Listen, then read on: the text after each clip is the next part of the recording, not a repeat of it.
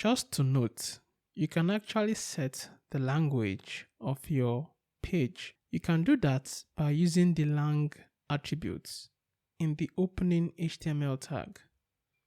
In our example here, I am specifying that this document is in English. That is the EN keyword. Now, this is useful for search engines, and for example, if someone is using a screen reader, so that the language of the page is specified.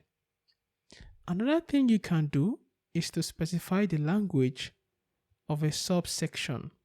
For example, this paragraph is Chinese, so I can specifically say, okay, this is Chinese, and that is the code for Chinese, ZH. You can check other language codes out to verify the code for the language you want to specify.